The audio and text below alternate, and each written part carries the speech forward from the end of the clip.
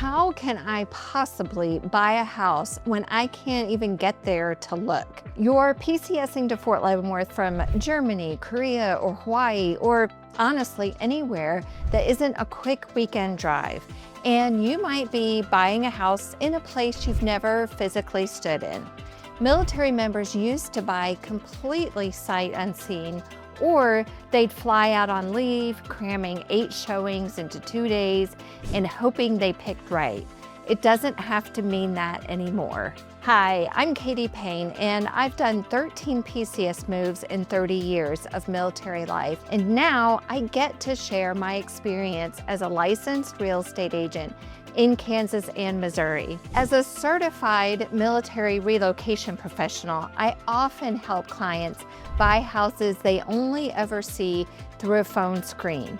Today, I'm walking you through exactly how a virtual showing works, what you need to be looking for when you can't physically open a closet door yourself, and the questions you should be asking me or whatever agent is walking that house for you before you ever sign anything. If you're stationed overseas, or if you just can't get leave lined up before your report date, this video is for you. Let's get into it. Let's start with the honest version of this, not the sales pitch version. A virtual showing is not as good as walking through a house yourself. I'll say that up front because I'd rather you trust me than think I'm oversimplifying something. But for military families, as good as being there was never actually the standard. The standard was always what's realistic given orders, given leave, given a report no later than date that doesn't care about your open house schedule. So here's when a virtual showing makes sense. You're overseas and flying back before closing isn't in the timeline or the budget. You're mid-move, you've got a spouse or dependents already relocating, and someone needs to see this house now, not in 6 weeks. Or you've got a narrow window of leave and you need to use it efficiently, meaning you walk 5 houses in person that already passed the virtual test instead of walking 15 houses cold. The last scenario is how I often use virtual showings with my military clients, not as a replacement for seeing the house, as a filter. We tour it live on a video call. We ask the hard questions, and if it clears those questions, then that's one of the houses you spend your precious leave time on in person. If it doesn't clear them, you've just saved yourself a showing and a lot of time. Here's what the process looks like on my end so you know what to expect. Once we've got a listing that fits your criteria, I schedule the showing directly with the listing agent, same as I would for any in-person tour. The difference is I'm bringing you into the live showing via video. We set a time that works with the time difference if you're overseas. And yes, I've done some showings at crazy times, so don't worry about being a burden. That's part of my job. I walk the house with my phone and you're on the other end seeing what I'm seeing in real time. You can talk to me the whole way through. You tell me where to point the camera, what to slow down on, what to skip. If you want me to open a cabinet, run a faucet, flush a toilet, to check water pressure, stand in the primary bedroom and pan slowly so you can gauge the size, you ask, I do it live. This is not a pre-recorded video tour. Those exist too, and they're fine for a first pass, but they don't let you direct the camera or ask a follow-up question in the moment. A live virtual showing does. That's the version I'm talking about today, and it's the version that actually gives you enough to make a real decision. I often tell buyers that you may think I'm trying to actively not sell a house because I show it all, the good, the bad, and the ugly, the things that you don't see in the photos. Let's talk about the actual tools because the platform matters more than people think. FaceTime is my go-to for domestic buyers or anyone with an iPhone on either end. It's simple, the video quality is strong, and there's zero setup. No app to download, no account to create. The one thing to know, FaceTime doesn't record natively unless you're using your screen recording on your end. So if you want a copy to rewatch later, hit your own phone's screen record before we start. WhatsApp is what I use for almost all overseas families because it works over Wi-Fi instead of relying on international cell coverage. And it's genuinely more stable over long distances than FaceTime tends to be. If you're in Germany, Korea, Italy, Hawaii, wherever, WhatsApp video is usually the smoothest connection I can get you. It also lets us keep messaging in the same thread afterward. So if you think of a question at 2 a.m. your time, it's already in a conversation we both have. Zoom is the one I use when more than one person needs to be on the call or when we want a recording saved automatically.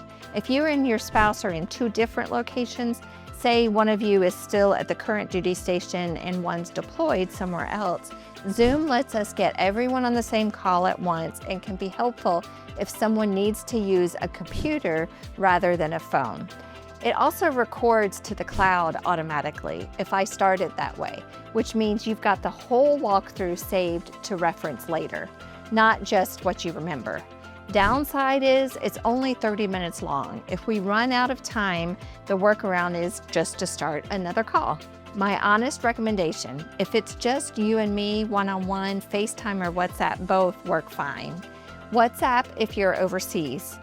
If we need multiple people on the call or a saved recording, Zoom. Now, let's talk about a situation that's specific to military life, and it's more common than people think.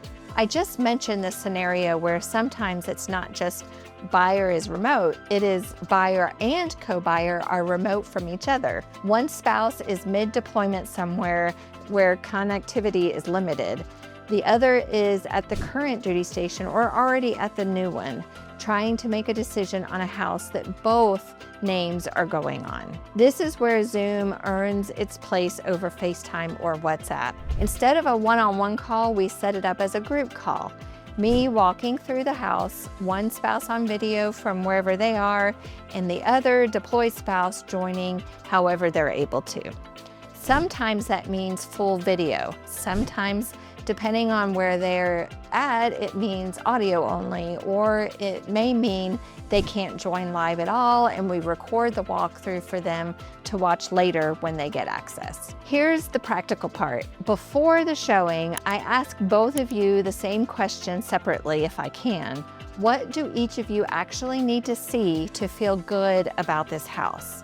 A lot of times the answers are different. One spouse cares about the layout and whether the furniture fits.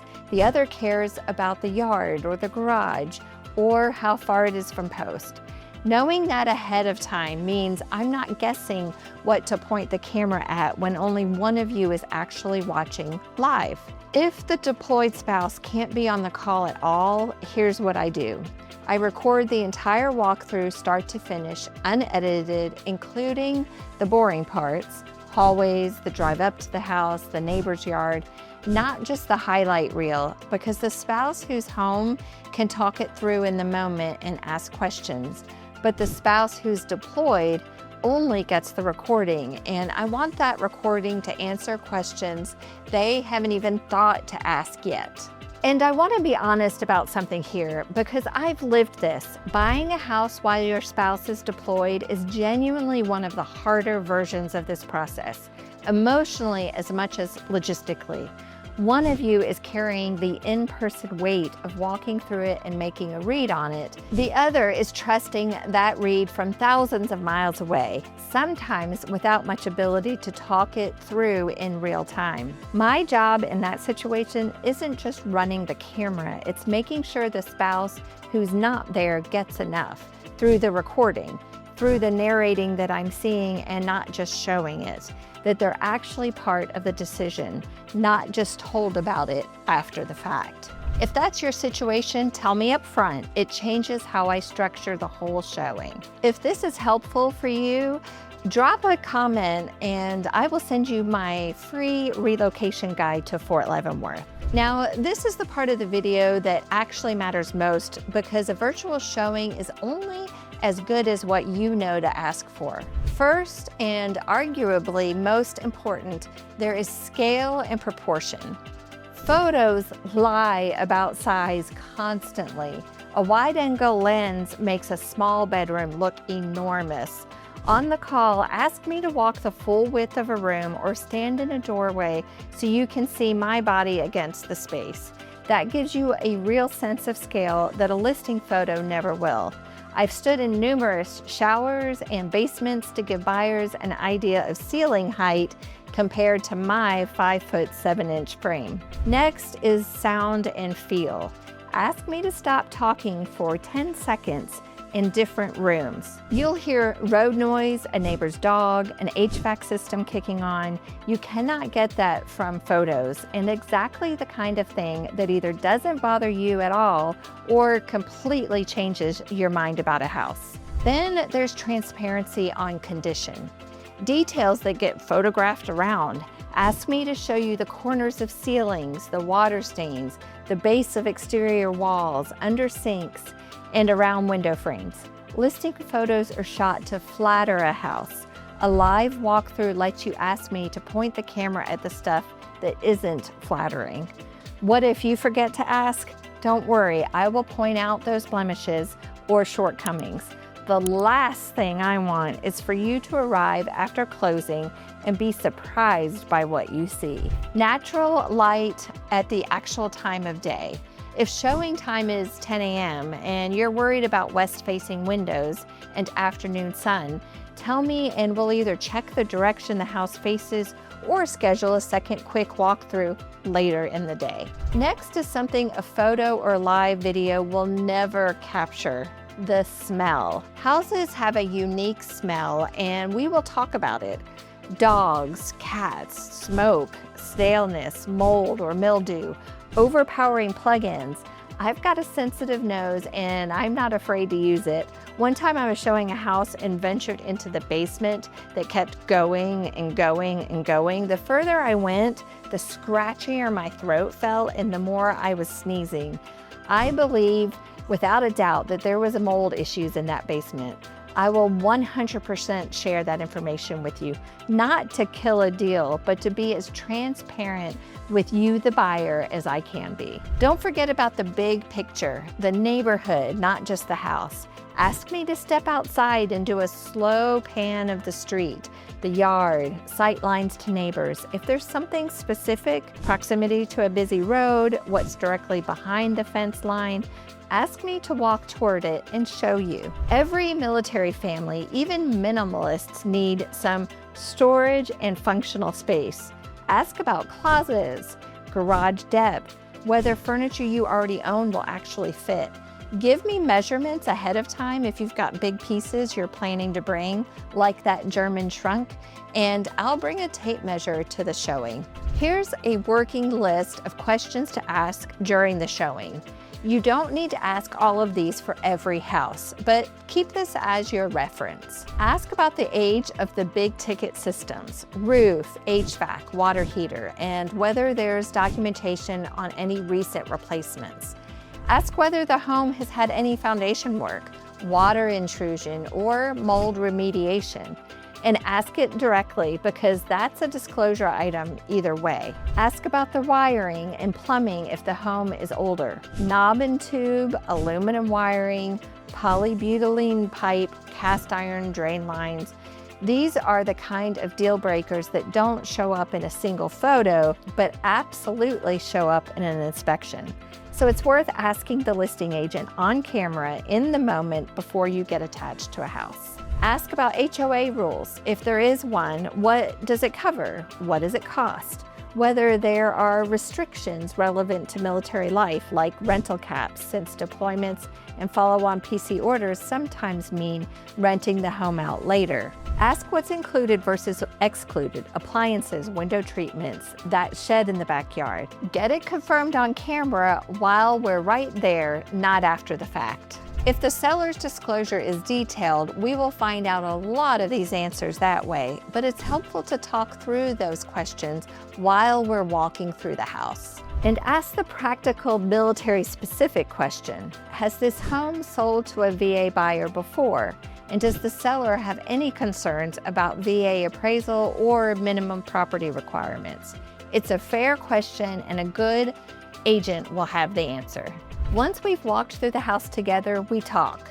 No pressure, no rush, just an honest conversation about whether this one clears the bar enough to write an offer on sight unseen, or whether it's one you'd want to physically walk before committing. And I want to be straight with you about something. I will never push you to waive an in-person walkthrough or an inspection just because we did a good virtual showing.